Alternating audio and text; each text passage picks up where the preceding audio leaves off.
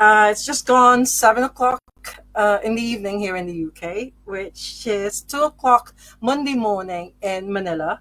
I'm sure most of you are already asleep there in Manila, but maybe some of you are still awake and watching us live as well. Welcome to another episode of Ask the Drummer. I'm really excited about today's guest because I fell in love with her band. When I saw them for the first time um, in January of this year, and when I asked her if she could guest on Ask the Drummer, and she said yes, I'm just so happy that I could talk to her. Because when you go to a gig, you don't have the not that you don't have the time, but because there's so many fans who want to speak to the band, you don't really want to hog their time. So you just sort of like say, okay, can I have a photograph and signature, and then that's it. But anyway, so I'm so happy. I know that my friend Nick Cockshot is also very happy that we've got a guest today. So hello, Nick. I hope you're watching. So she's here now. My dear friends, please welcome Caroline Helbert. Yay! Hello. Thanks for the Hello, introduction. guys. That was lovely. Hi. How are you? Good. Thank you. How are you doing? I'm fine, thank you. And how have you been since January of this year when I saw you at the Pink Room in Manchester Yeah, pretty good. yesterday? Yeah. Busy, Yeah, busy, but all good. Thank you. yeah, yeah. Well, I mentioned Nick because it was Nick who actually told your name because I had a photo with you Mm, with it was Nick who said you've got to get her on Ask the Drummer. So I said yes. Okay. I Oh, that's will. sweet. Thanks, Nick. Well, I'm really glad because I mean there's still not the ratio between female drummers to male drummers is still not 1 to 1, which is a Yeah. shame, really. Because I mean, you're episode 174 now, and I think I've only got like 10% of the guests Mm. female. So I'm always excited whenever a female drummer says yes to Oh, yeah. We need more female drummers, to be honest. yes, I agree. I'm sure there's going to be more and more coming from the younger generations. I'm Yeah, hopeful anyway. I yeah, think so. yeah. I'm hopeful as well because I have seen some really young female drummers. There's a band called Eloy from Liverpool, and Okay. so I think she's only 14. And she's Oh, wow. yeah, amazing drummer. And I got she was on Ask the Drummer a few weeks ago as well, so that's quite good. Oh, But cool. Exciting. yeah, anyway, so welcome to Ask the Drummer, episode 174. It's all about you, Caroline Kaz Helbert. But Kaz Helbert is the one that your fans know you. I know. Most of the fans are like, know you as Kaz Helbert, uh, including Michelle Gregoire. I think that's how you pronounce it, Michelle Gregoire, because he Mhm. commented on the Facebook page to say that more like Kaz Helbent instead of Hel. Yeah, this started as a joke years and years ago, because I was in another band, and the other like main member of the band, songwriter, was called Jez, and he called himself Jez Leather, and then that was the Hellbent for leather. So my friends started calling me Kaz Hellbent because it looked like my surname, Helbert, Helbert for the French. And so it started as a joke, and then it kind of stuck, and yeah, here we Yeah, are, people. I tried to just kind of push my real name, just because I thought, the joke had its time. It was time yeah, to move on, but it's stuck. So here we yeah. go. That's what the fans know you as Helbent as well, Kaz Helbent. They still do. Yeah, I've tried hard to erase it, but it's still there. Yeah. So, you're French? Because I Yeah. know that when I Googled it, it says French born. And I did ask my husband about this, and he said to me that most of the time when they say French born, it's someone who's born in France, but not actually French. But you are French. I'm French, yes. So Yeah. I was born in France. I grew up in France. I moved to London when I was 20, and I've been here ever since. since, well, I went back for 1 year and then came back to London because I was missing it. So yeah, more than half of my life now has been in London, which is weird. Right. No, that's the. No, I was I was thinking that maybe you're British but born in Oh France. no, But no, you're no, no. actually, yeah, you're actually Yeah, French. Yeah. So I'm what real was that French. like? Are you whereabouts in France? At Paris or Just outside Paris, just outside on in Paris? the east of Paris, so near kind of Euro Disney, if that's what people kind of know the area for. So it was Yeah. around there. So yeah, that's how where I grew up. Yeah. And what was it like music, like the music scene there when you were growing up as a teenager? Did you go to a lot of gigs or were there lots of Um, events? And, my early teenage years, not really, because where I grew up was kind of the suburbs of Paris, and it wasn't that easy for someone young to kind of go into central Paris on public transport.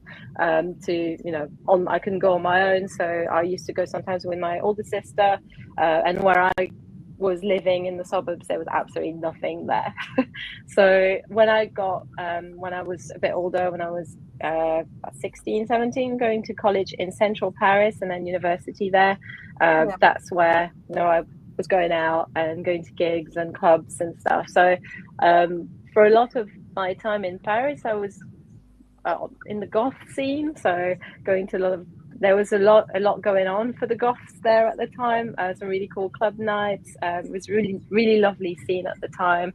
Um, and yeah, I mean, there was I guess maybe not as much as London, but a lot all the big bands, The Cure, Placebo at the time. I saw a few times Yeah. they used to Yeah. tour a lot in France. So it wasn't there was a lot to go and see. And when indie became like a bigger thing, Yeah. that's when I moved to the UK, because in Paris there was one indie club which I loved and I was going to all the time, and kind of one bar that was specialized in indie. But my dream was to go to London because I thought, that's where everything's happening. Yeah. So that's Of kind of the course. time, Yeah. early Yeah. 2000s, when I moved to London, and yeah, I was super excited. And are you from a musical family? Not really. No, I mean, I say yes and no. My parents were both, big music fans, and they were always listening to records um, and listening to a lot of music all the time in the cars at home. My mum used to play the guitar and play the piano, but it was very casual. But there was always, music around the house for sure. Yeah. But Yeah. no one was in bands. Bands. Yeah. My Yeah. sister was when she was a bit older, but my parents were not in bands, not in in the industry or anything like that. Yeah. Yeah. But you've always been part of like the club culture in Paris. You're Yeah, part yeah, of the yeah, club scene. Yeah. yeah. Um. Normally, I ask the guest about how they got into drumming, but someone called Paul Gentle actually he sent in quite a few questions, several questions for you, which I'm going to start with this one because I didn't know about this. But he said, "Is it true you never hit a drum before joining Desperate Journalist, and they're pretty much self taught? Is That that true?" yes, that's true. I mean, yeah, it's 99% true. I mean, I hit a drum before because my sister was actually a drummer. She still is. So when I was younger, she learned the drums and I learned the guitar. So we were both taking lessons. So there was a drum kit at home, and she used to show me a few things, but it wasn't my main instrument. But then I didn't really play any drums, apart from knowing one drum beat when I was like 12 or 13. But no, that is true. Then I was playing guitar and singing in a band for many years. And yeah, so really learned how to play the drums when Yeah. I joined Desperate Journalists. It was actually because I wanted to be in the band that I decided to play the Yeah. drums. So yeah, it was because of the other three, we were all hanging out. We were really good friends already at the time, Yeah. and I think it was Rob who came up with the idea, the guitarist, of like starting a band with Joe, because we were all in different bands at the time, and obviously Simon was like, well, I'll play the bass, perfect, and we need a drummer. And I was just there, can I try? Because I've always quite like, drums, Big. and Yeah, yeah. Oh, yeah, yeah. it's always been a thing at the back of my mind, watching drummers, thinking, oh, I'd like to try. That sounds fun. So yeah, I learned the drums for Yeah. Desperate Journalist. Yeah. So did you have any proper drum lessons, or you just No, taught yourself? Oh, right. yeah, it was. I mean, obviously, there's always like YouTube videos you can watch for Yeah, techniques and things like that. But because I don't have a lot of patience for for a lot of things, for this particular learning. So it was as the band was going and as we were writing songs, I learned the drums with the band. So whenever we were starting a song, maybe the others would say, well, why don't you play something like this? So I would go, oh, okay, I'll try that. And then I'd learn that drum beat. And then, with every song, I would learn something else, yeah, yeah. um, and got, obviously getting better and better. But as the band was going, yeah. That's amazing because when I was in the no, when I was in the UAE, I was told by these American guys, uh, learn how to play the drums and we'll start a band with you as our drummer. And I thought, oh my Really? god, yeah, this is gonna be like a dream come true for me. So I went back to the Philippines on a holiday and then tried learning it. I had 3 lessons but didn't learn anything. Oh, no. So when I went back to the UAE, they asked me if I've learned how to play the drums. I said no, and I don't think they ever formed a band. But anyways, I'm really, really, I admire you and thank you. Well done for because you wanted to be in a band and you Yeah. taught yourself how to play it. It's motivation, isn't it? I was like It is. just It really motivated me. I really didn't want to be left out, but yeah, I've always loved rhythm. It was so weird because even when I learned the guitar, I think throughout like the band that I was in before, I was always very into everything being in time and rhythm guitar, and it was always something that I was kind of not natural out. I don't know, I say that, but I found easy, I guess. So it kind of made sense, really, to me. well, at these Maybe that's why bands. it worked out. Well, yeah, that's true. Yeah. Are these bands when you were in Paris or you already in London That was when you in were London, yeah, my in first band. London? Well, I did a few things when I was younger in Paris, but nothing more than like one or two rehearsals or trying Oh, out with some people. But it really started when I was in London. what was the name of your first band? So the first band's called Molloy, and then that it was kind of still the same band, slightly different members. We renamed ourselves. Yeah, and she has red lips too, which is a ridiculous name. But so yeah, that was the same band basically that lasted for quite a long time. Yeah. You mentioned Jazz Leather and Yeah, Justin K. I think those are the members that were on Discogs. They were listed as the two members, but the photographs actually got you on them. So Discogs didn't pick up that you're a member of yeah, and she has red lips too. so yeah, 'Cause, so that's yeah, yeah, that was the band. Yeah, yeah, I just saw it on that's Google funny. and I just thought that's a brilliant name. So Oh really? Okay, I thought it was from quite Malloy, ridiculous. is it? Yeah, is it Malloy too? Yeah, and she has red lips too. It's like Yeah, so that's what we changed our name to, and that was the name of a painting by David Lynch, so quite obscure. But yeah, and you're the singer and guitarist in that yeah, band, and I was playing synths as well. Yeah, right? Because I thought from the dates that I've seen on Discogs, uh, yeah, and she has Red Lips too released a CD, an album, but it's only downloads. Is that right? So there's yeah. no actual physical Oh, CD.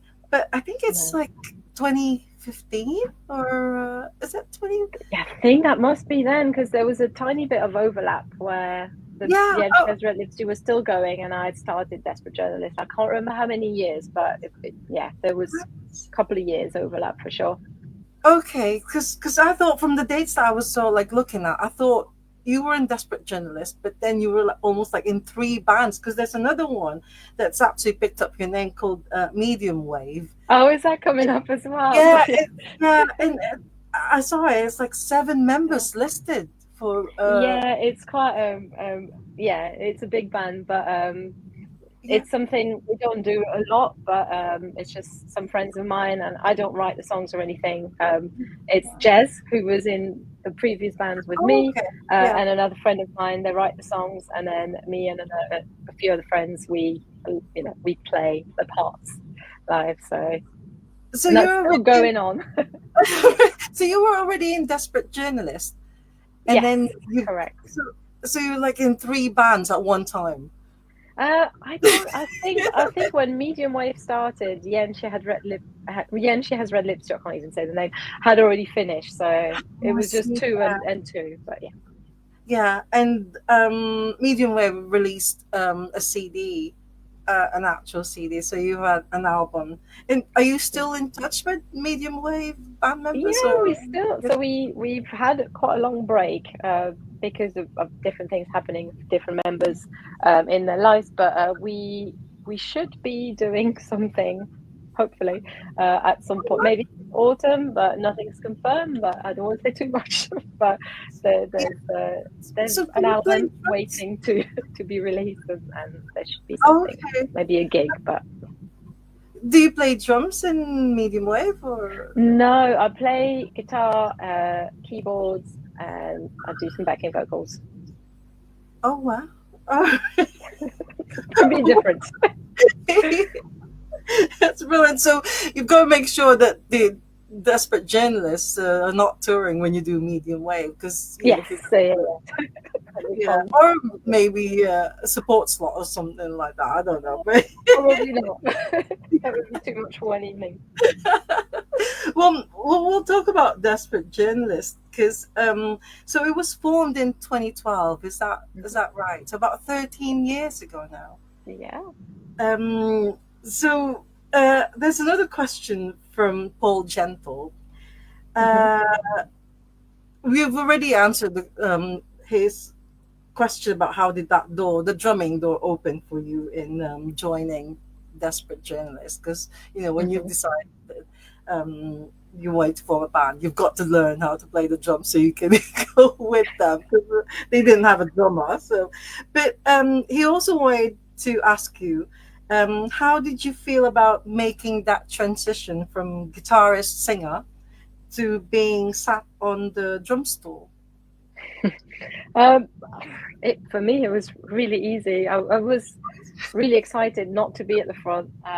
I was always very nervous being a front person. Felt like it wasn't really for me.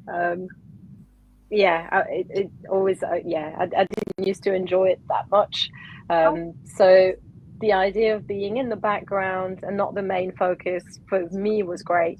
Um, so when I was behind the drums the first time, I remember the first time we played a gig, I loved it. I felt, although it's quite nerve-wracking playing drums because it's such a central part of, of the songs and everything. Um, yeah, I loved being in the background. It's great. So you don't miss being out I front on stage. That's I again don't a miss full it at tempo all. question. No, I don't miss it at all. I used to find it really awkward, really difficult. I used to be very nervous. So yeah, for me, no question, no regret, nothing like that. Oh. Very happy. Well, this is one of his questions again. This is the last one now that he wanted to ask you is did you ever envisage it becoming a long-term thing? You're playing drums, or initially think, okay, this might be fun for a year, and then he also asked any regret after 13 years. So no regrets, definitely Sorry. not. Um, it's really difficult to answer with, obviously with hindsight, but I think pretty sure that when I started playing the drums, I was thinking, this is it, this is great, this is what I'm meant to do. I'm loving it. Um, and I think when we started Desperate Journalist, I really felt that, it was gonna last. Obviously, you never know, but it definitely didn't feel like something that we were going to do for a short while and then stop doing it, just because it meant a lot to all of us. And we were really good friends. And yeah, I think obviously, yeah, it's hard to think back to what I thought, back then, so long ago, but pretty sure that's how we all felt. And yeah, that this was it. This is it. This is the band. This is going Yeah, to be my band. Yeah. yeah, and you're their drummer, which is Yeah. Yeah. you I've know, made it. I'm good enough. Pass the test. well, he also wanted me to tell you that all the best to all members of the in Desperate Journalist, and Oh, he said that's thanks. such a fantastic band, and with a Oh, thank kiss. you. So, oh, thanks, Paul Gentle, for all those questions. Thank That's you. really helpful.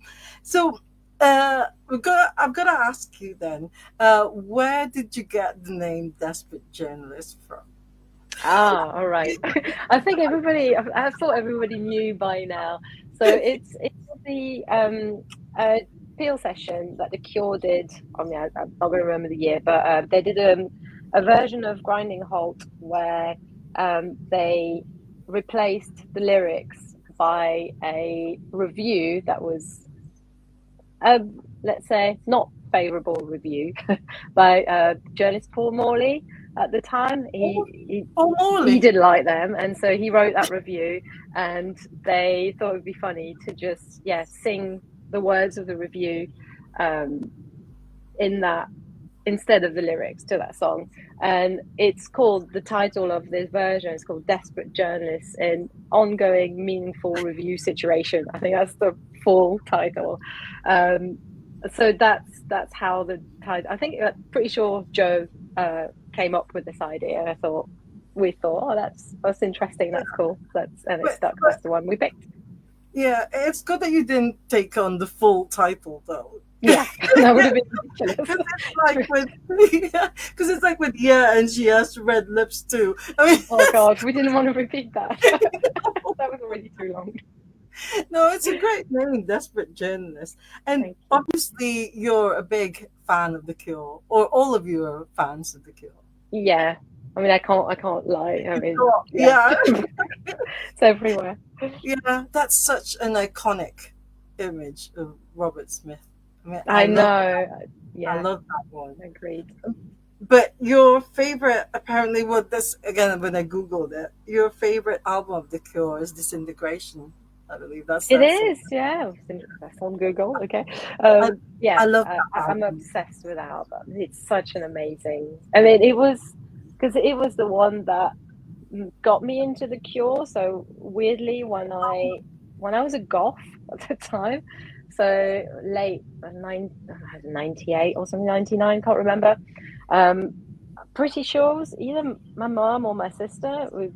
We were talking about some fashion, like, back home hair, and I think my sister was like, "Well, these are like Cure fans," and like the Cure, like, who are, I didn't know them. It's crazy to think that, but and I didn't know that. Look, the back home hair, the Cure. No, you don't know them. What? Listen to this. And so my sister gave me the cassette of Disintegration, Disintegration. Okay, yeah.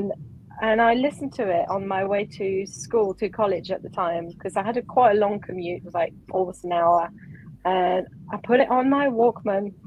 Sounds so old.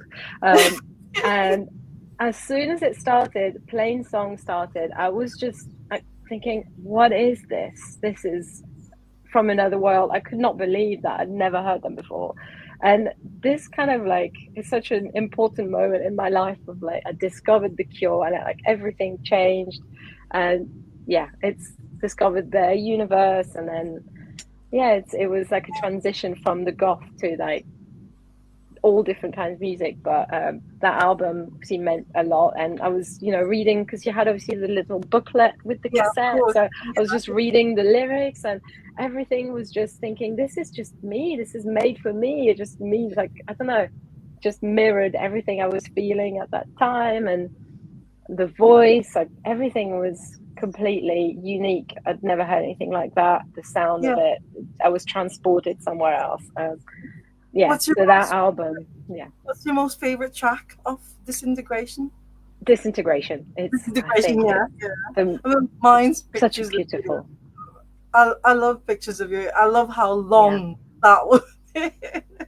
I know. Every song on this album, on Disintegration, is apart from probably Love Song, is super long, Yeah, and weirdly very awkward. Like, a lot of it is like not even a pop song structure. It's kind of no choruses. Like Disintegration's really long, just builds up on like repeated patterns, um, and yeah, it's just yeah. Disintegration is, I think, like the most intense for me on this album. Um, how the vocals, just kind of everything is with the delivery of Robert Smith's Robert. vocals on that song and on a lot of the songs on that album. And it's the way he sings and how you go from the beginning to the end of the song and it gets more and more intense and the emotions grow. And Yeah, yeah, I think that's, it's one I of those can't love it. albums that you don't skip a single song. You play it, from the first track off to the very end, and Definitely. everything is just amazing. Have you met The Cure? Have you met Robert Smith? Yeah, I have actually. So a few times. I know it sounds weird, but so when I discovered The Cure and I became such a huge fan, I was kind of then tried to be part of the fan club in France, and because they're so big in France, they there was this fanzine called Voodoo Smile at the time, and I contacted them and I started writing for them when I was at school, and I managed to get an interview with The Cure at the time, which is completely crazy.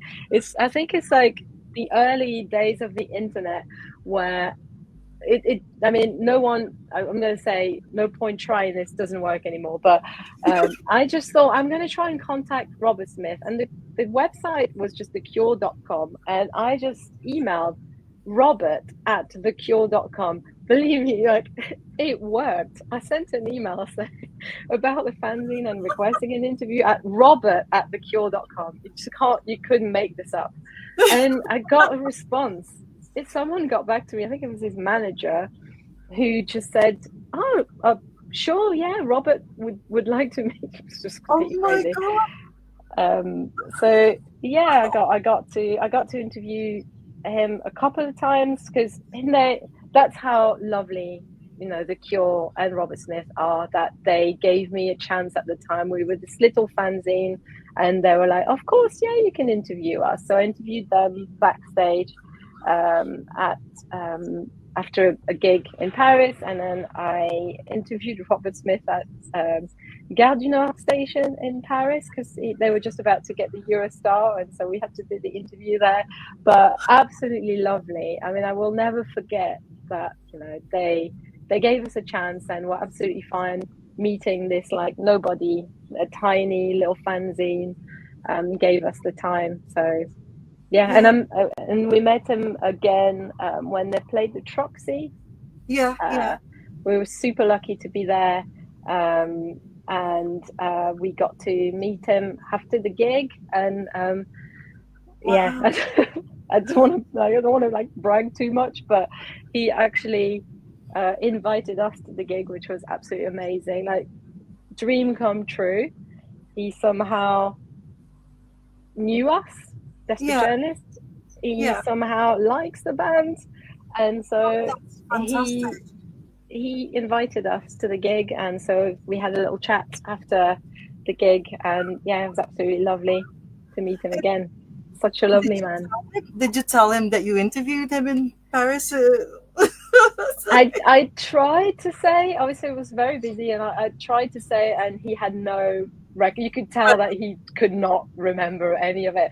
So I didn't want to talk about it too much. I was like, let's talk Oh, about something else. okay, but this was the time before all these selfies and things. So, Yeah, did you have a photo with Robert Smith at the time that you interviewed him in Paris? I have a video. So because the interview we did in Gare du Nord in the station, um, a friend of mine who was in the doing the fanzine with me actually filmed it with one of these old, mini cassette Yeah, use a DV camera, whatever. So I yeah. still have that, and I made a digital version of it. So I had, somewhere on my laptop, I have the video of a very awkward teenage version of me with very bad English interviewing Robert Smith in the train station.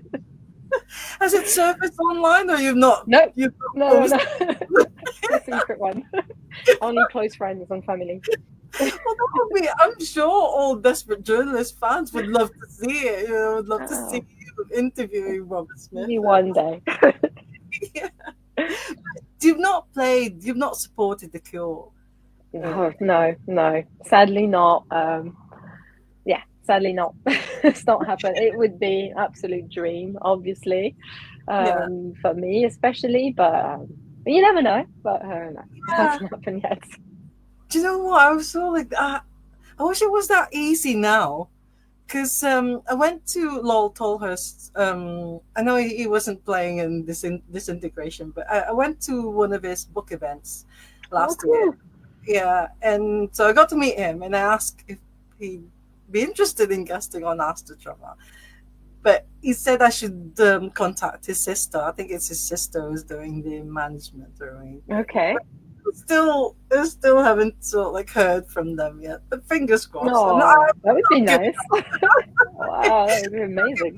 him. Hopefully someday, one day he'll say yes to Ask the Drummer. But that's just absolutely amazing. It's so good.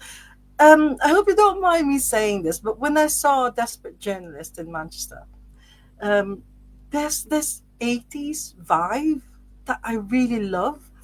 And also with Joe looking like Patsy Kensit as well. A very young Patsy Kensit. I thought, oh my God, this band is just incredible. And and wearing the boys wearing eyeliners and things. Yeah. Because in the Philippines, we're still, I mean, I'm not saying that most music fans are stuck with, like the new wave thing, but I would really recommend for people my age, like the new wavers in the Philippines, to listen to Desperate Journalist because it's going to be 100%. like an instant, like it's an instant like. Because so do people actually tell you that you've got this 80s vibe? I know it's original, like it's your sound as well, but is that something that you're aware of, or Yeah, I maybe? mean, definitely. I mean, Yeah, we're obviously within the post-punk sphere. Um, so yeah, I mean, it's the music, that we all love as well. Obviously, not just 80s thing, but that's part of our influences and what yeah, we've grown up listening to as well. And it's true that a lot of our fans, that's kind of what they like, that we remind them. That's what, I've heard a few times. We remind them of all the music that they used to listen to, whether that's 80s and 90s as well, but yeah, like yeah. made into something new, and that appeals to some people. It's good. It's nice. But yeah, Definitely. yeah, that makes sense. Yeah. Yeah, it definitely appealed to me on that because I know there's another friend of mine, Neil Winwood. You Mhm. probably know him. He's a photographer, and Yeah. he's also a big fan of Desperate Journalist. And he's mentioned it a few times, but it's only last January when I finally got a chance to see you live, and I can say that thanks to Neil and Nick as well, Nick Hotshot, that I realize now how amazing you really are. I don't know Glad why, to hear. but and also not just Joe looking like Patsy Kensit as well, but having you playing drums and with gorgeous red hair as well. It's so striking. The idea, I guess. Got to be something has to be visible from behind the stage. No, I'm joking. That's true.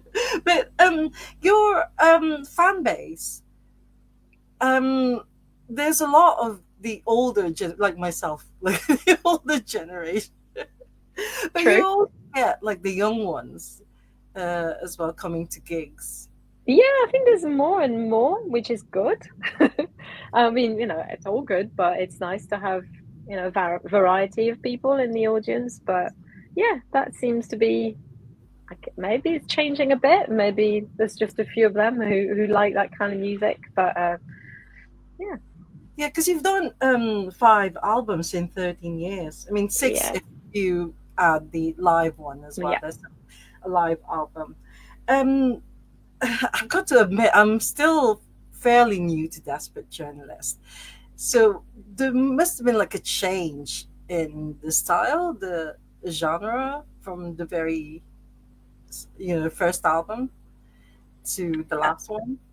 yeah. I mean, um, it's a change, and it's still in the same, you know, the same style altogether. I mean, I like to think that we don't carry on playing the same thing over Yeah, and over again.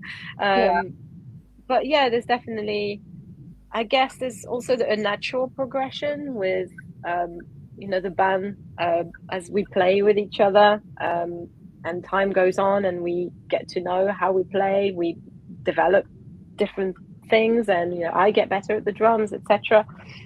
Things kind of naturally evolve, and with the music that we listen to and get influenced by. And yeah, I guess the first album was a lot more minimalist in sound, and it was recorded live. So it's all, in one room kind of thing.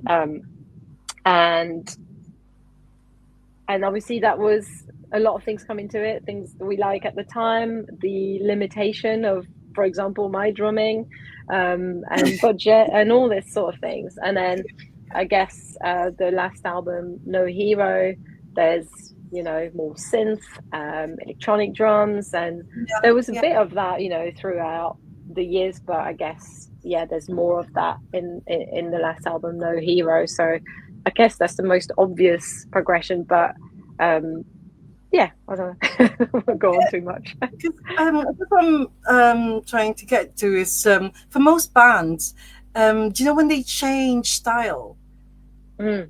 they gain fans, but they also lose some of the fans. Oh, Because okay.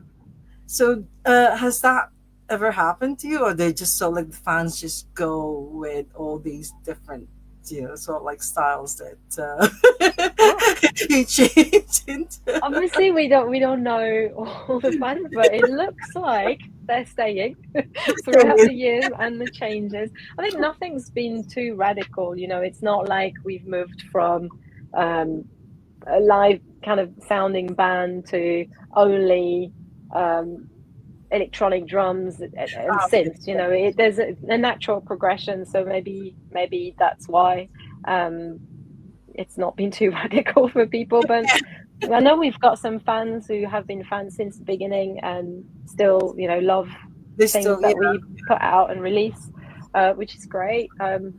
Yeah, so yeah. that And seems has to it be always been working. just the four of you? It's always been, Yes, yeah, the band's has just been the four of us. Yeah. yeah. But live, sometimes you have Charlie Stone. Yes, Charlie Stone was playing with us for a few years. Not for this album, but yeah, she did join to play extra guitars and some backing vocals. Yeah. Yeah, but from the beginning, it's always been just the four of you playing Yeah, exactly. in Like the all the band albums. for the writing and stuff. Yeah, it's just the Yeah, four of us. yeah. How does that? How does your Desperate Journalist go? Like when you want to start a new album, so who's doing the songwriting? Is it the four of you? Or do So you? so up until now, it's always been Rob would come up with some guitar parts. Sometimes be Rob and Joe who would write a little bit of a demo, and those demos can be a few bits and some chords, and can be full songs with like uh, uh, drums on there as well. Obviously, program drums and stuff like that. So Uh-huh. it varies, but it's Yeah, usually coming from Rob and Joe, and then we hear the demos, and then things kind of grow from there. And I would either like use what's on there for drums and adapt it and change it to like my own style and what my own thing, or something that I yeah, find more interesting. or there would be no drums, and I'd come up with something. But yeah, that's how it's worked since the beginning. Yeah, Yeah. So more or less. um, I mean, I don't know what the right word for it is, but do you write the drum parts sometimes? Is it right, or do you? I don't know what. No, you can sit right now. So a lot of the time, I'm going to say um, there would be some program drums, that Rob would have written, or Joe, when they write the demo, and I would, depends, if that's really good, and why change it? So I might Exactly. customize it a little bit, or make it my own.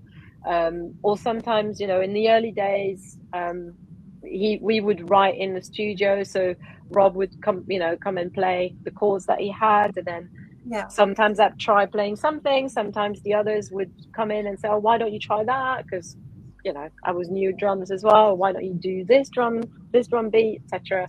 I mean, as the years gone on, and I'm obviously learning, getting better, and I I feel like I write a little bit more, but so there are more songs where I would come up with a beat, or at least Yeah. change what was on the demo quite a lot.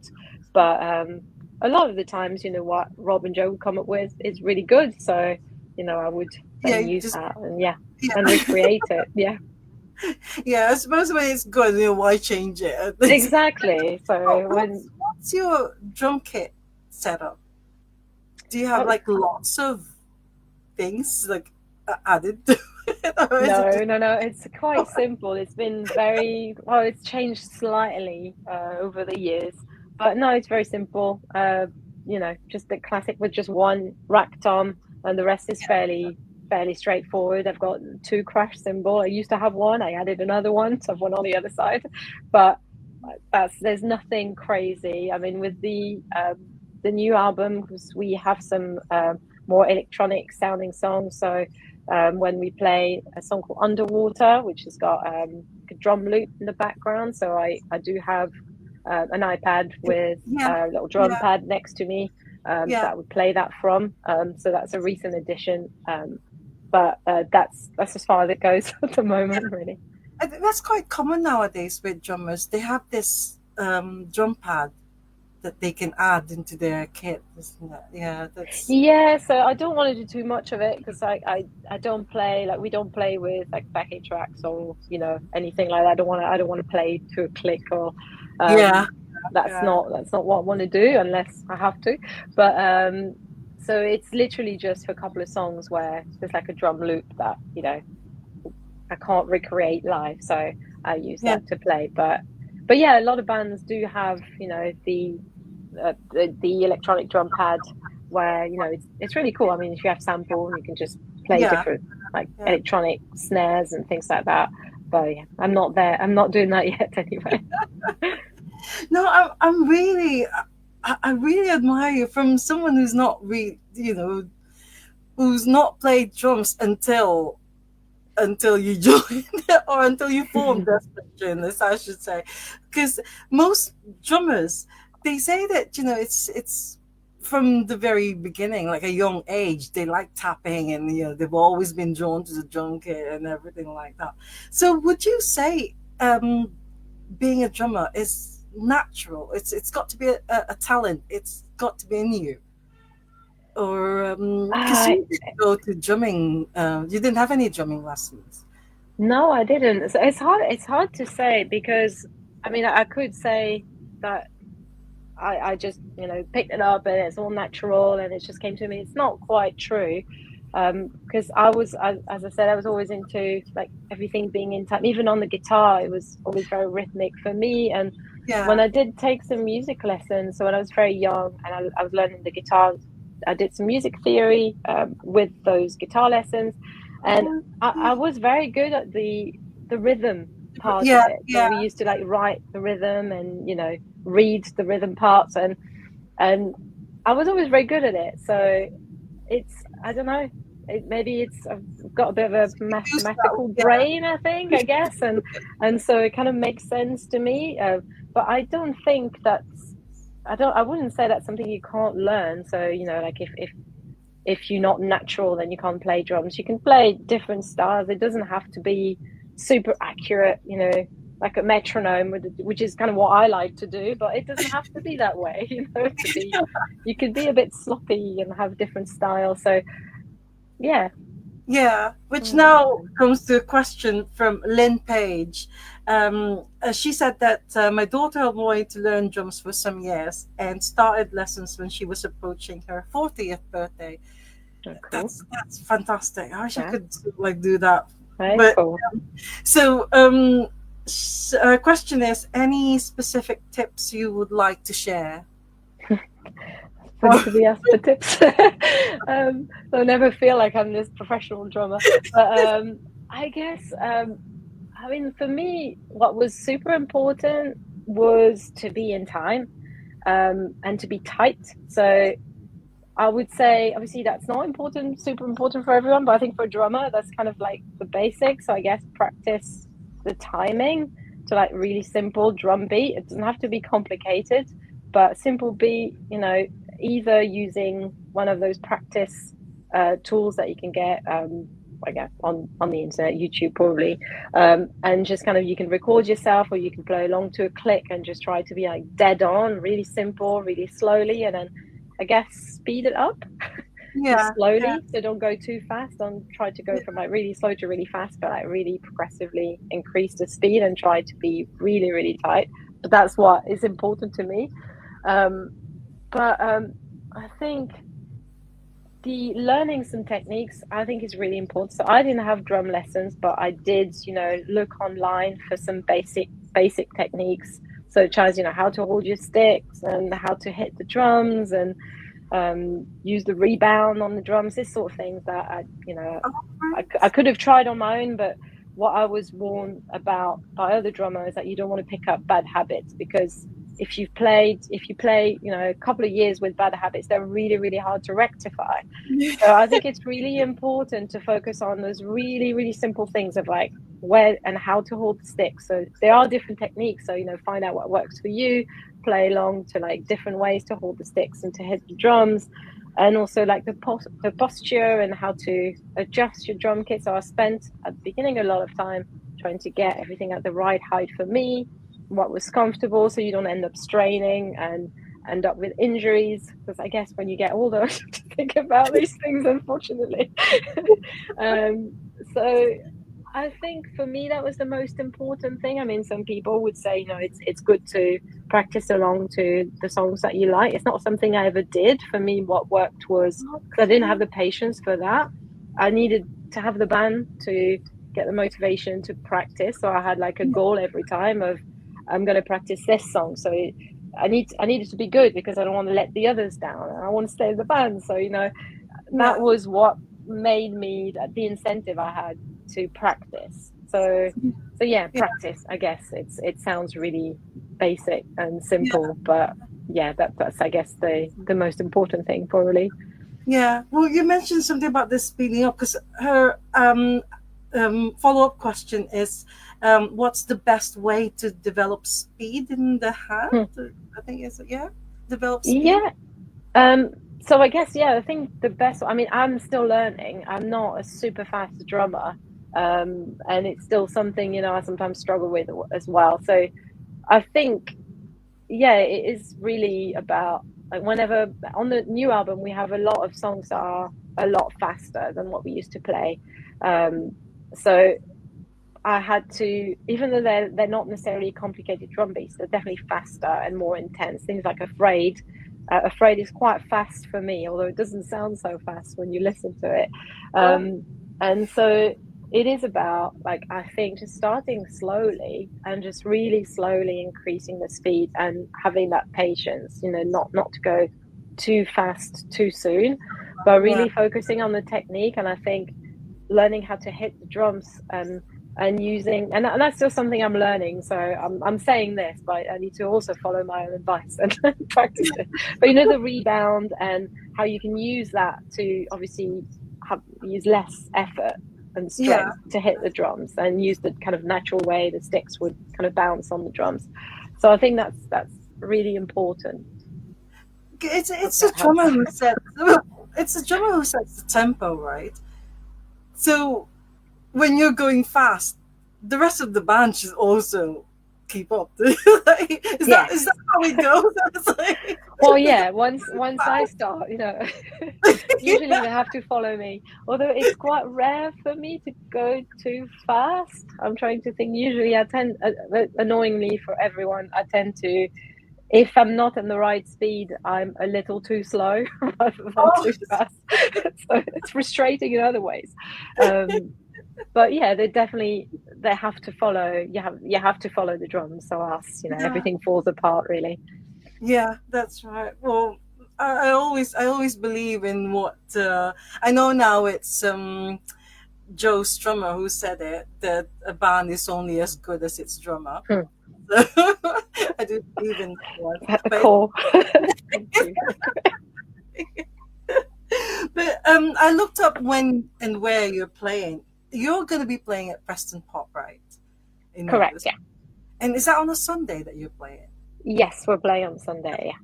That's brilliant. Yeah, because I can go and see you on a Sunday. Oh, cool. It'll be nice to see you there. Yeah, I love Preston Pop. I mean, Rico is amazing. I mean, he's all those bands that he's gonna be putting up on for 3 day festival. They're just really really good bands. So I look forward to that one. But are you Oh, touring yeah. right now? Because I only saw Sheffield and Glasgow in October. So you're Yes. not doing any gigs at the moment. Well, not no nothing. So there'll be the Preston Pop Fest date, and then the dates at the end of October. Yeah. There might be a few more around then announced, but I don't want to say too much. But and then that should be it for a while. After that, we're gonna have to think about what's next and write some new songs and think about the next things with the band, next songs. A new album maybe. Yeah, probably. I mean, we haven't nothing started. It's obviously nothing started yet, but because it's difficult for us anyway when we're in this kind of we're touring the new album and this is what we're doing right now, Yeah. and we also work on the side. It's not like we just do the band, so it's kind of having the space to then start writing again. So once we finish this phase, then Yeah. we'll move on to sort of see what's next. So when you're not touring, what keeps you busy? So you've got a job or a regular work? Yeah. Yes, yeah. Unfortunately, we have to work. Well, being a musician, that is work, isn't it? That's like, I wish that could. That could pay, but it doesn't. It doesn't. It pays for itself, and we're very lucky that that's the case. But yeah, unfortunately, the band doesn't allow us to do this full time. oh, okay. And do Yeah. you get recognized, or the people you work with, your colleagues, do they know that you're in Desperate Journalist, or you? They do know, so I didn't want them to know at the start because you never know how people are going to react in a professional environment. Whether that's gonna be an issue and they're gonna see you as this like, oh, is Oh, this person gonna be unreliable because they play gigs and yeah, they imagine that. It's really weird staying because up people late. still yeah, Yeah, people still think that when you're in a band you live this crazy rock and roll lifestyle. yeah, yeah. It's not that. I mean, I don't want to break anyone's dreams, but it can be like that. But really, at our age, it usually isn't. But they found out because they Google my name. Obviously, people do that these days. So then they saw that I was in a band, and luckily they were very excited about it. And some of them come to see us live, and they're really, really supportive Yeah. of the band, and allowed me to take time off to do the band, and yeah, it's really good actually, really supportive Yeah, of that. yeah. But when you go out, do you get recognized by some people, or they say, "Oh, that's the drummer of Desperate It's funny. So I not very often for me. When we go to gigs, I mean, Rob, Joe, and Simon, and a lot of times, Joe and Simon would get recognized. I guess obviously Joe being the singer and at the front, will be the person people will be watching Yeah, when they see us live, and Simon being tall and I guess with his look, um, and the makeup, so people recognize them. So often they would, come to be with Simon at a gig, and someone would come to just speak to Simon and say, "Oh, you're from Desperate Journalist, or I like your band, I love your band and stuff," and they would just like not even acknowledge me. So that's quite funny. oh, And sometimes, Simon would say, "Oh, and she's the drummer." I'm like, "Oh, I'm so sorry," but. I mean, it's just because it's the nature of it. I'm at the back of the stage, usually hidden by the rest of the band and my own drum kit. So, people, you're not going to remember or notice the drummer most of the time. You'd be like focusing on who's at the front and singing and stuff. So that's yeah, that's that's what happens. That's fine. Well, sometimes they would recognize me, and that's lovely. yeah, yeah. And what about like people asking for photographs? And are all of you okay with that? When you're Yeah, not playing, and but then they recognize you, say, "Oh, God, that's Mature. Let's get a photo," or something like that. So yeah. everyone's It okay doesn't with happen a lot. It doesn't happen a lot. It's happened a few times, but it's quite rare. People are usually very respectful and they don't want to intrude and bother you too much and stuff. it. Yeah, But yeah. when it's happened, yeah, always happy to take a picture. Yeah. Yeah, so you still go to gigs. I mean, Yeah. not your gigs, but other Yeah, people. yeah. Yeah. When you go to a gig, do you look at the drummer and then do you sort of like try and see what they're doing, or is that something? Oh, definitely. Yeah, of course. I mean, I used to do that before playing drums as well. I used to like watching drummers anyway. But Yeah, now obviously there's this different angle where I go, oh, that was interesting. Oh, maybe I could do some, that's an interesting drum beat. Or I would just have really boring thoughts of like, God, that he's really tight, or like, the way he or she hits the drums or where they hit the drums is like really steady and I you don't know. now being a drummer yourself, you can see all Yeah, the techniques or the styles that they've got. yeah. I guess I pay more attention to like the Yeah, details. I guess the more nerdy side of it. But it's good because then you can take inspiration from other drummers, which is really cool. yeah, yeah. Well, I've got another question or a message from someone called Kevin Reinhardt, who's at the Hmm. moment is in the Forever Hmm. Now Festival in Milton Cool, Keynes. nice. and he's probably watching Billy Idol, he said.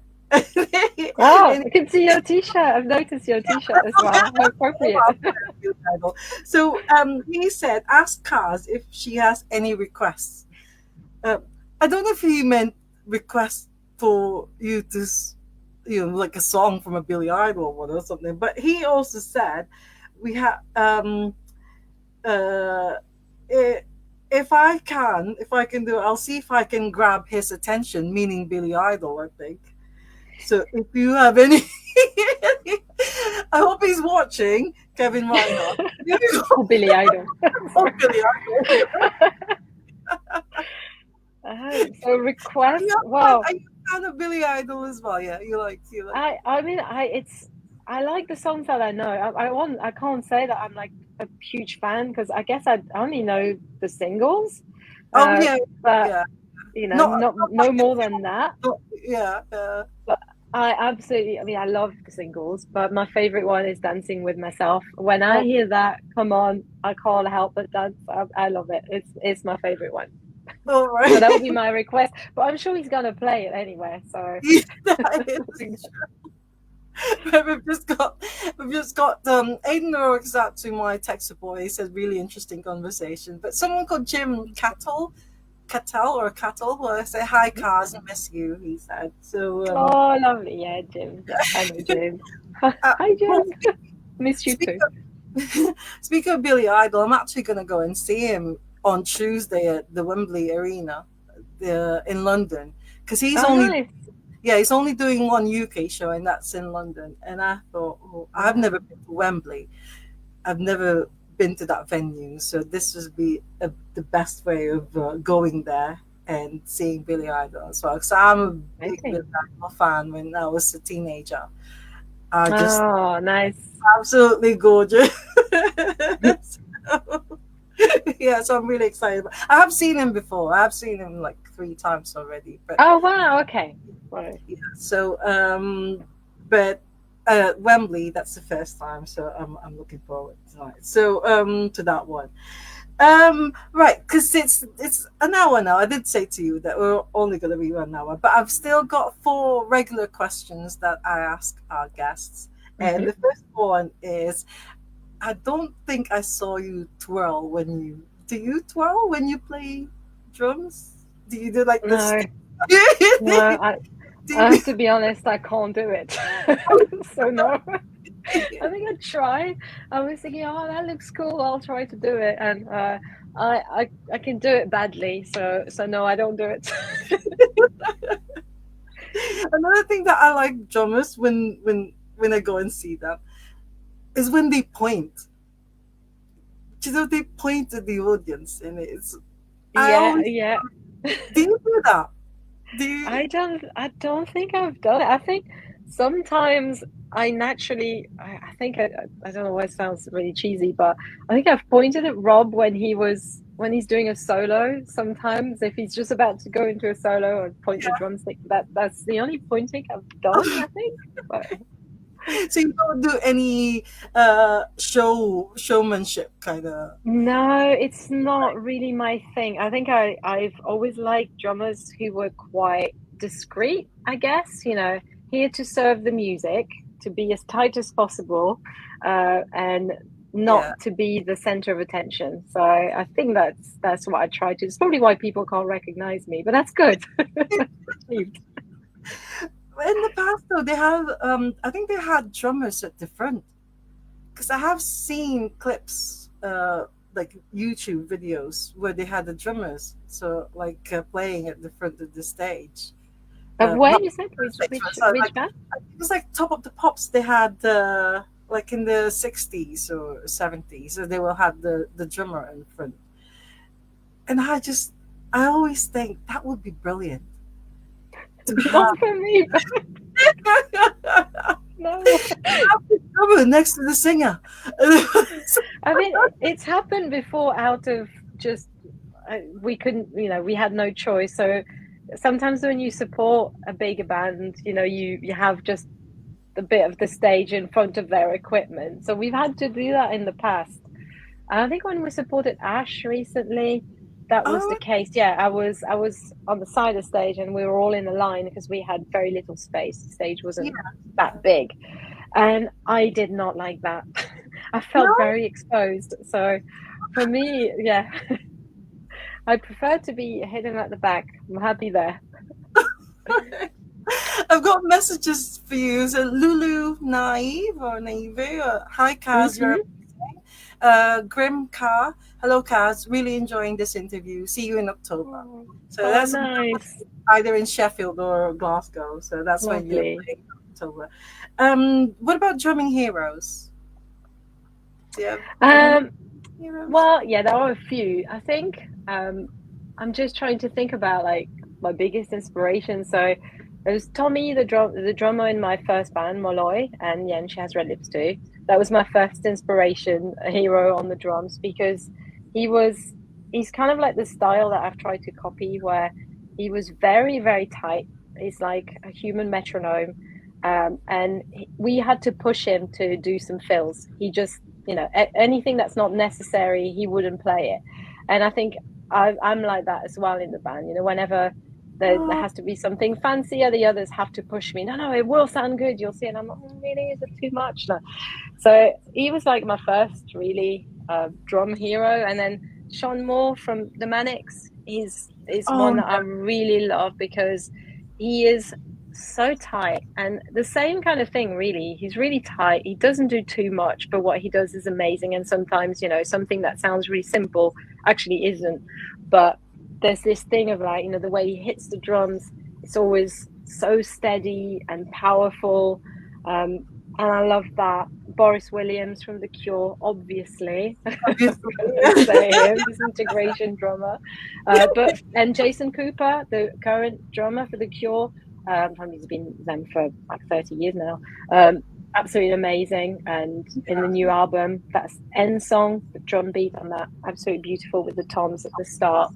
And hasn't been too many, but Simon Gilbert has big, inspirational from Suede. When we got to tour with them, I got to watch him every night, and amazing drummer, so relaxed and not quite, my style of drumming, but that was quite an inspiration for me to see, it could be done a different way, and very, hits the drums really hard, but looks so relaxed on the drums. And also like really interesting drum beats that sound quite simple, but when you try to play along to them, they're not simple.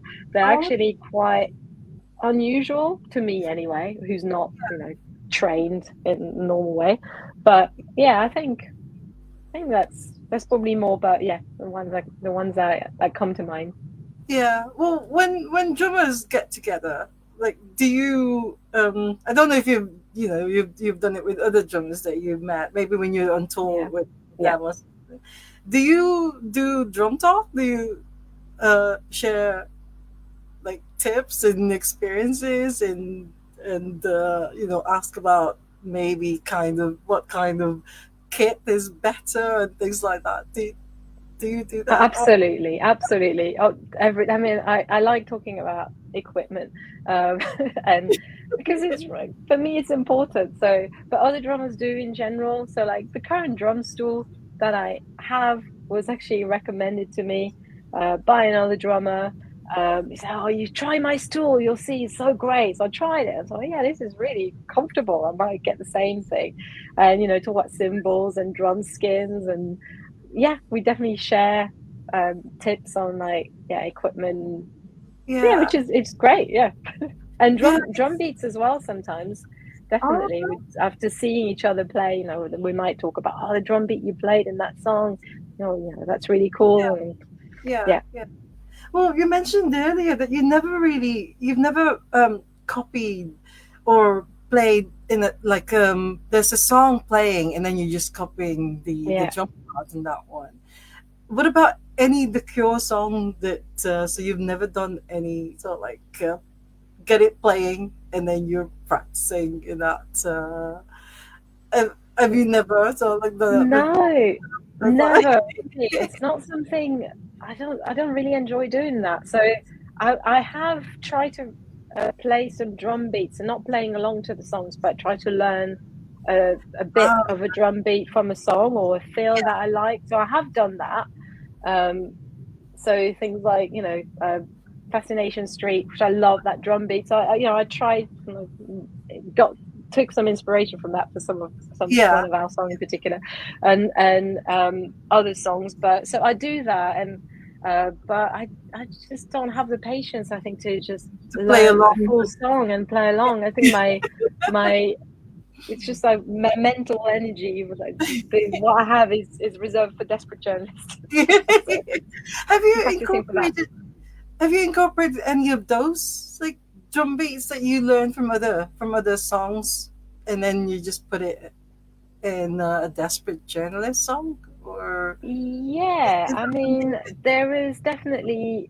I'm trying to think. So, there's little bits. I'm trying to think now which one I would have. It's not like full songs. Yeah. What am I thinking about? Yeah, I'm sorry, it's not coming to mind. But definitely the Fascination Street drum beat, I have definitely kind of recreated in my own way for our band. But I think that's about it. There's like little bits like the feel that I love from Just Like Heaven. I don't know, I'm trying to sing it. They sound awful, but I try to do similar things in some of our songs as well. But When I think, yeah, little bits like that. It's not. Yeah, It's never been full songs, but tiny little like reference to another drum beat for sure. yeah. Because I mean, because I'm not a musician, all these like drum fills and everything, anything to do with it. I always say that when I ask a drummer if they would like to go on Ask the Drummer, I always say I don't ask technical things because I really don't know anything much about it. But sometimes it's fascinating to think that all these different like you know techniques in drum fills. It's only actually through doing Ask the Drummer, I realized there are actually different types of drumsticks as well, and Oh different. yes, there are many different types. Well, not just the types, but also like the stick. The stick itself, they've got different. What do you call Different it? width, Yeah, there's yeah. different width and different length. So Different. it's very very important. And then somebody said that the higher the numbers, like the is it the thinner it is? The Is it thinner, yeah, right? yeah. Yeah. So if you have like a one or a two or what is it one? Does it start from So one or is it two or something? uh, I actually I don't know. I mean, I use fives. I don't know Five. if there's bigger. I know there's thinner. There's probably thicker, but I don't know all the models. I tried the seven, which was thinner, didn't work for me. So I think the Five. fives are the most Yeah. common ones. Um, and yeah, if anyone's interested, there's probably no one apart from another drummer. But I use the called Extreme 5A. So they um, they're slightly longer than your standard drumsticks, which Oh, I found helped me when I started to kind of reach the toms. Maybe it was all in my head, but I found that it helped, so I've stuck with those and I've used them like I think since the beginning, more or less. wow. So And yeah. is there a difference between the brands? Would you To be say that? honest, there Yeah. might be. I've always stuck with the same brand Okay. because it's just again like, it worked for me. So I'm always, and I think they're the only ones. Vic Firth, they're the only one that do the slightly longer one, as far as I know. But I Um, haven't really researched it. I just found those that I really like, and I've been buying those. So you can get like even different tips, and mine are wooden tips, and then you can get some that are like I think plastic tips or slightly different material to get slightly different sound. So either like it will sound louder or more like rocky, or so yeah. different sticks for different genres as well. Yeah, because I often sort of like wonder if people who endorsed by either drum companies or maybe people who make sticks and things like that, if they really prefer using it, or is it just because they're being endorsed by this company or Or could be either, to be honest. But and that's I'm really fascinated whether there's actually a difference with those brands or different makes of it, because being just a music fan, a stick is a stick, isn't it? You can just use whatever, and I it's the can same imagine it's only of interest to drummers. because it's the But I same. think, yeah. Oh, sorry. Yeah, go ahead. Go ahead. Yeah. No, I mean, like, there is probably, I mean, there is a difference definitely with obviously the material. And I'm guessing, there might be like a brand that is more durable than another, I mean, Yeah. I'm guessing, but obviously I haven't tried that many sticks. But And what about the drum kit? so Uh, my, yeah, what so drum kit have you got? So I've got Mapex. I think that's how you pronounce it in English. Mapex. I don't know how it's written, but it's the French in me. Horizon, and it's not a super pro expensive drum kit. I bought it secondhand quite a lot of years ago now. It was my second kit, and I absolutely love it, and I think it sounds great. And I have special drum skins. I mean, I have tried different things and I've got skins that I really like on that drum kit. And I do spend time like tuning it to make it sound good. So, but I really like the sound of that kit. So I've had it now for many years and, it's still going. And I don't, I don't think I'm going to change it anytime soon. I really like it, and it was like £250 or something, which is very cheap for a drum kit, But you don't but always it bring it sounds with great. you. Because when you played in Manchester, that's a house drum kit, wasn't it? That was my kit that I used there. I Oh, had yeah, my so right. yeah. So Yeah, as much as possible, I will bring my own. So in certain situations like festivals, sometimes they would kind of force you to use what's there because of like the really quick changeover between bands. You don't have time to set up your own. But in general, when we play, I will try to use my own kit just because it's more comfortable and I like that. I know how it sounds. I know how it's set up, etc. when you're headlining and then there's a support band, are you precious with your drum kit? That do you allow the support or or the drummers Yeah, to I use? allow. Yes, they can use my kit. I They can use mean, it would be really really horrible of me to say you have to bring your own when we play these kind of small stages. Really, like where are they going to set up? Um, so yeah, I'm fine with it. It's only it's someone who's going to play for half an hour before you. It's not going to do anything to your kit. So certain things are like a given in the musician drummers band world where you don't lend every single thing. So people bring their own cymbals and they would bring their own snare and their own bass drum pedal Yeah, and yeah, the um, breakable so stick.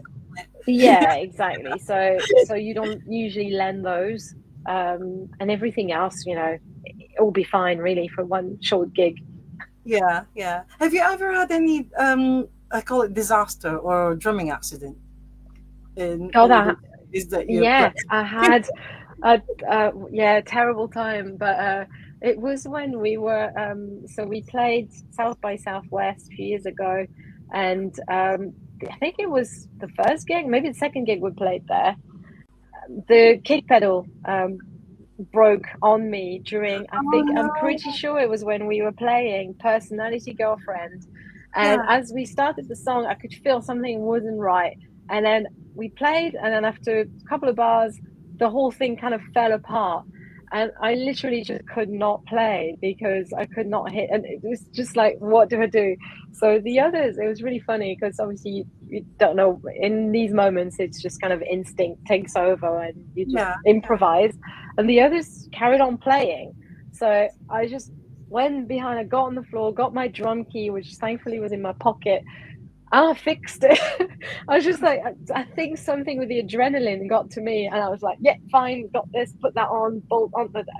I managed to fix it within like maybe like one chorus and a bit of the verse. So I can't remember, but I came back in maybe for like the last chorus or something, which was really quite. I was quite proud of myself. Could Yeah, have been yeah. very disastrous, but I managed to fix it during the song, Has thankfully. anyone And then noticed? Did yeah, they definitely. I stopped playing, so obviously they noticed. But feel like it? I think they were impressed that I fixed it. That you fixed it? They didn't Yeah. stop the song altogether, but No, carried on, which was, I think, the right thing to do, but you never know in those moments. yeah. What about the fans? Were they just maybe wondering, oh, where's the drummer? It's like, Probably, to be honest, I can't remember. It was obviously not our usual audience because we were in Texas and oh people yeah, coming to the festival. So, yeah, I think it went okay. I think they saw something went wrong, but we didn't stop playing and, we carried on with the gig. So, as if nothing had happened. So, professional.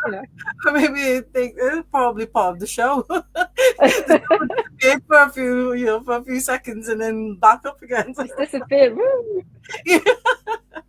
Right, last question now. So, what would be your advice to aspiring drummers? I know that Lynn Page actually asked for some tips, but for aspiring drummers out there, if they're just starting to become a drummer and have it as their career, what would be your advice to them?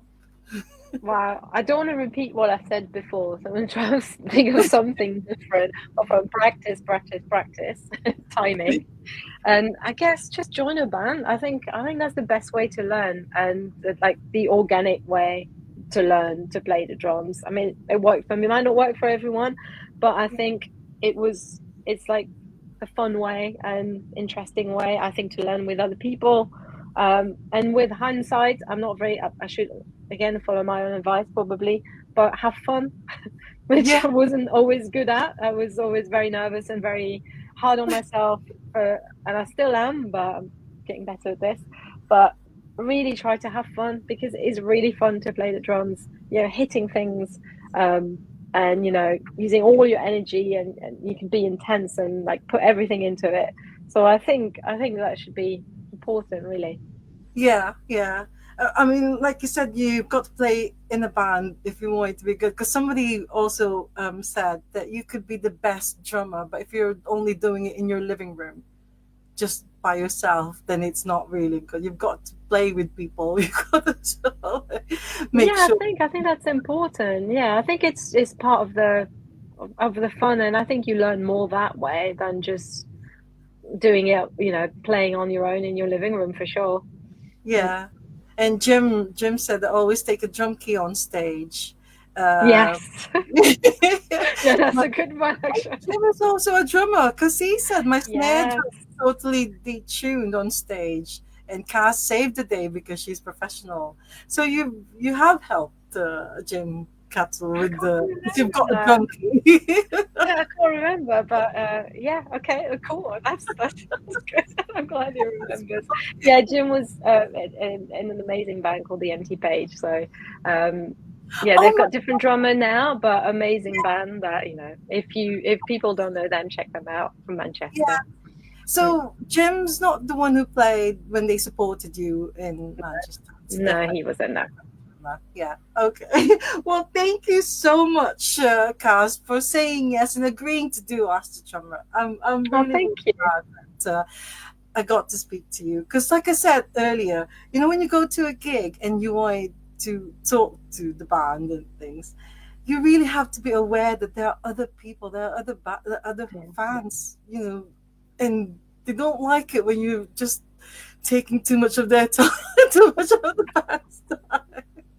And I just love talking to drummers. And I love finding out more about them because, like, I really admire you. I didn't know. I mean, honestly, I didn't know that you were the drummer before, that you were a singer and the guitarist before. before that. It's one of those things that I wanted to do. But yeah, thank Yeah. you so much. And Thank you for having me. It was lovely talking to you. No, thank I'll you. see you at Preston Pop. I'm Yeah, really we'll excited see you to there. see you on the Nice. Sunday. Looking forward to it. Yeah. Okay. Brilliant. Thank you, and Thank big love you. to all of you, and see you soon. Thank you Take care. very much. All right. Bye. Take care. Bye. Bye. Thank you. Oh, thank you so much, everyone, for joining us live. Jim, Cattle, Lulu, Grimcar, and of course, Aiden. Thank you all for your messages. I really enjoyed that, and oh god, that's unbelievable. You really do need motivation if you want to be a drummer. I mean, I wanted to be a drummer, but I think it's just wanting to be one, but not really doing the what I needed to do to be one.